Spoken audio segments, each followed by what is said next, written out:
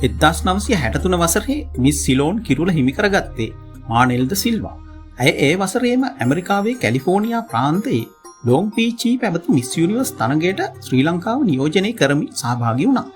මහනුවරුන් වන් ඇය ශ්‍රී ලංකාවේ සුන්දරත්වය ලෝක වේදිකාවට ගෙන ගිය තවත් අමතක නොවන මුහුණක්. ප්‍රංශ කලාගාරයක සිතුවමක් වූ අයිරංගනී. ඒ සිතුවම අදටත් ප්‍රංශයේ මියුසියස් ඩි ලාවීන් පැරිස් කලාගාරයේ සුරක්ෂිතව තිබෙනවා. මේ ශ්‍රී ලාංකික චිත්‍ර ශිල්පී අයිවන් පීරිස් විසින් අඳින ලද අයිරාංගනී ලෙස නම් කරන ලද ආලේඛ්‍ය සිතුවමක්. අයිවන් පීරිස් කියන්නේ ලෝ ප්‍රකට චිත්‍ර ශිල්පියෙකු වූ ලෙස්ටර් ජේම්ස් පීරිස්ගේ බාල සොහොයුරා. ඔහු මෙම සිතුවම නිම කරන ලද්දේ 1950 වසරේදී. එමෙන්ම ඔහු 1943 දී ලයනල් වෙන්ට්ගේ පුරෝගාමීත්වයෙන් ආරම්භ කරන ලද 43 කණ්ඩායමේ කැපී පෙනෙන චිත්‍ර ශිල්පියෙක්ද වුණා. අයිවන් පීරිස් කියන්නේ අයිරාංගනී මුලින් විවාහ වී සිටි SB දිසානායක මහතාගේ හොඳ මිතුරෙක්. ඒ හිතවත්කම නිසාම ඔහු මෙම අපූර්ව සිතුවම ඇඳ තිබෙනවා.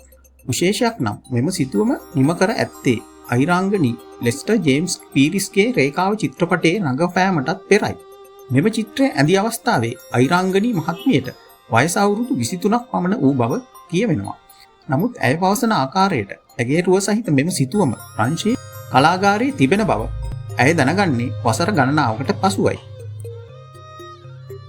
60 දශකයේ සිංහල සිනමාවේ රූමත්ම නිළිය ලෙස සැලකෙන සන්ධ්‍යා කුමාරී උදෙක් නිළියක් පමණක් නොව එක් සමයක තරුණ පරපුරේ සිහින කුමරිය වුණා. 1945 ජනවාරි 6 වෙනිදා කොළඹ උපන් ඇගේ මුල් නම ජයසූරිය ආරච්චිගේ දෝන මේරි ඉවෝන් පෙරේරායි. සිරිසේන විමලවීර මාස්ටර් විසින් සිනමාවට හඳුන්වා දුන් ඇයට එක් සුන්දර සන්ධ්‍යාවක් සිහිපත් කරමින් සන්ධ්‍යා කුමාරී යන නම පිරිනැමුණා. අදට වැඩිය හෙට හොඳයි චිත්‍රපටයෙන් සිනමාවට පිවිසි ඇය ගාමිණී ෆොන්සේකා, ටෝනි රණසිංහ වැනි යෝධයින් සමග රඟපෑවා. දීවරයෝ චිත්‍රපටයේ රොසලින් ලෙස ඇය කළ රංගනය අදටත් සිනමා ලෝලින්ගේ සිත් තුළ රැඳී පවතිනවා.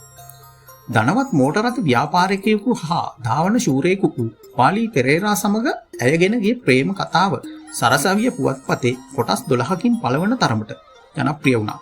1968 ජනවාරි 8 වෙනිදා ඔවුන් විවාහ වුණා.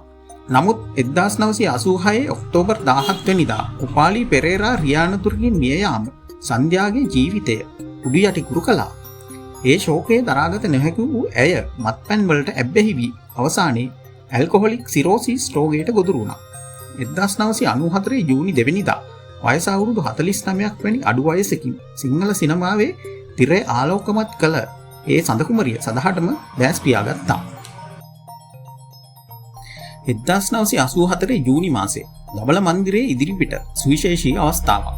ජනාධිපති ජේ.ආර්. ජයවර්ධන ඇමරිකානු ජනාධිපති ඩොනල්ඩ් රේගන්ට ත්‍යාගයක් ලෙස ජයතු නම් අලිපැටවෙක් පිළිගැන්වුවා. ජයතු කියන්නේ ශ්‍රී ලංකාවේ අනාගතාගාරයක හැදුණු අලිපැටවෙක්. ඇගේ නමේ තේරුම ජයග්‍රහණය කියන එක. ජනාධිපති ජයවර්ධන එය පිළිගැන්වුවේ ජයතු ඉතා බුද්ධිමත් සත්වෙක් යනුවෙන්. රේගන් ඇයව පිළිගනිමින් කිව්වා ජයතු ශ්‍රී ලංකාවේ කඳුකර ප්‍රදේශයේ අනාගතාගාරයක ජීවත් වූවා. ඇය අප අතර මිත්‍රත්වය මතක් කර දෙනු ඇත කියලා. නමුත් ඛේදවාචකයක් සිදු වුණා. දින 73කට පසු ජයතු ජාතික සත්වෝද්‍යානයේදී මිය ගියා. පරපෝෂිත රෝගයක් නිසා ඇය මිය ගිය බව පසුව හෙළ වුණා. මේ ඡායාරූපයේ ඉන්නේ ලස්සන අලිපැටියෙක්. 1981 දී මැනිලා සත්වෝද්‍යානයේදී අරන් තිබෙන මෙම ඡායාරූපයේ ඉන්නේ ශ්‍රී ලංකාවේ ත්‍යාගයක් ලෙස මැනිලා සත්වෝද්‍යානයට ලැබුණු මාලී නම් අලිපැටවයි. 1981 වර්ෂයේදී මාලිගේ වයස මාස 11ක්. ශ්‍රී ලංකාව සහ පිලිපීනය අතර මිත්‍රත්වයේ සංකේතයක් ලෙස මෙම අලිපැටියා ත්‍යාග කරන තිබෙනවා.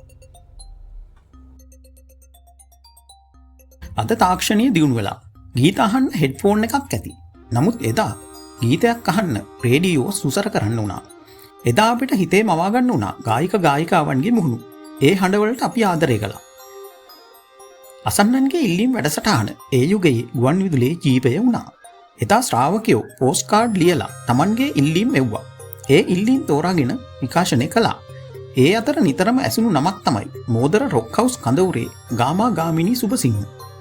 ගාල්ල පිටදුවේ උපන් ගාමිණී යුද හමුදාවේ සන්නා සන්නද්ධ බලකායේ සේවය කළා. උතුරු නැගෙනහිර ක්‍රියාන්විතයේ සිටියා. පසුවර මෝදර රොක් හවුස් කඳවුරේ සේවය කරද්දී ඔහු අසන්නන් අතර ප්‍රසිද්ධ වුණා.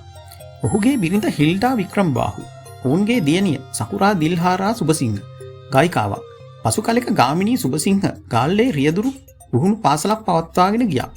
2013 දී දියවැඩියා රෝගයෙන් ඔහු අපව හැර ගියා. එදා රේඩියෝවේ නිතරම ඇසුණු තවත් නම් ගොඩක්. ගම්පහ පద్මාවෝ මහේශ්වරී, ඇටම්පිටියේ චාන්දනී කුමාරී හේරත්, පැපිල්ලවල ඩෙන්සිල් රාමනායක, පිටකොට්ටේ විමලා ජයතුංග, මගුලාගම මල්ලිකා දිසානායක. මේ හැම නමක් පිටිපසම ජීවත් වෙන කතා තියෙනවා.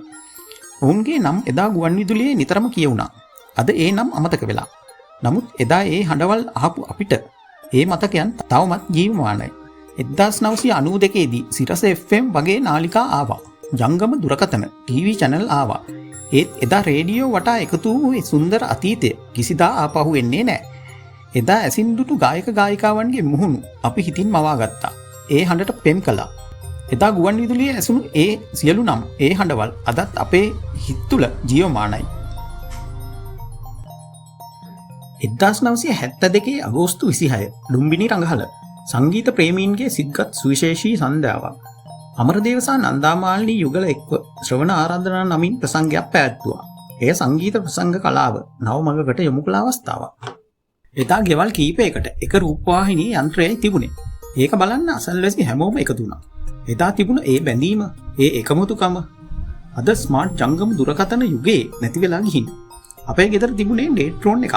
ඒ වගේම ෆිලිප්ස්, සිංගර්, නැෂනල් වගේ කළුසුදු රූපවාහිනී තිබුණා. බොහෝ නිවෙස්වල රූපවාහිනී තැබුවේ ඩී කැබිනට්ටුවක් මතයි. ඒ මත ලේස් රෙද්දක් දාලා ප්ලාස්ටික් මල් පෝච්චියක් තිබීම විලාසිතාවක්.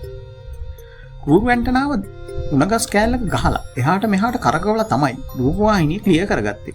තව ටිකක් කරකවන්න. ඔහොම තියන්න. කියන වදන් එදා නිතර ඇහුණා. එදා බොහෝ නිවෙස්වල විදුලිය නොතිබුණු නිසා 12 වෝල්ට්ස් කාර් බැටරියෙන් තමයි රූපවාහිනිය වැඩ කළේ. දවස් කීපයකින් බැටරිය බැහැලා යනවා. බැටරිය කණු ඔක්සයිඩ් ඉවත් කර තදට ගැසීම, බැටරියේ වතුර ලෙවල් එක බැලීම අපි නිතර කළා. එදා අපි බැලූ හාහරි හාවා, දොස්තර හොඳ හිත, සින්දු බින්දු, අත්පන, ලාහිරු දහසක්. ඒවා අපේ ළමා කාලයේ වස්තුවක්. විදේශ වැඩසටහන් අතර Knight Rider, Monkey, Tarzan, Chips, Sesame Street, Disney ලෝකය. ඉරිදා හවස් භාගයේ ඩිස්නි නැරඹීම එකල උත්සවයක් වුණා. රොස්මන්ඩ් සේනාරත්න, සුමනා නෙල්ලම්පිටිය, සුභාෂිනී හේමමාලා, අනෝමා වත්තල දෙන්නේ. ඔවුන් එදා රූපවාහිනී ආලෝකමත් කළ නිවේදක මහත්ම මහත්මීන්. ඒ කාලේ රූපවාහිනියට සහ රේඩියෝවට රජයේ බලපත්‍රයක් ලබා ගැනීම අනිවාර්ය වුණා. එදා විදුලි පන්දම් නැති අය උළුවතු පත්තු කරගෙන රූපවාහිනිය තියෙන ගෙදරට ආවා. හැමෝම පැදුරේ වාඩි වෙලා එකට බැලුවා. මොනතරම් දුෂ්කර වුණත් ඒ ලස්සන අතීතය කියා නිම කළ නොහැකි. ඒ මතක වම්පෙත් අවුස්සන විට ඇතිවන්නේ ආදරයක් සහ ආඩම්බරයක් පමණයි. එදා අපි එකට රූපවාහිනිය බැලුවේ. ඒක බැලීමක් නෙවෙයි, අත්දැකීමක්.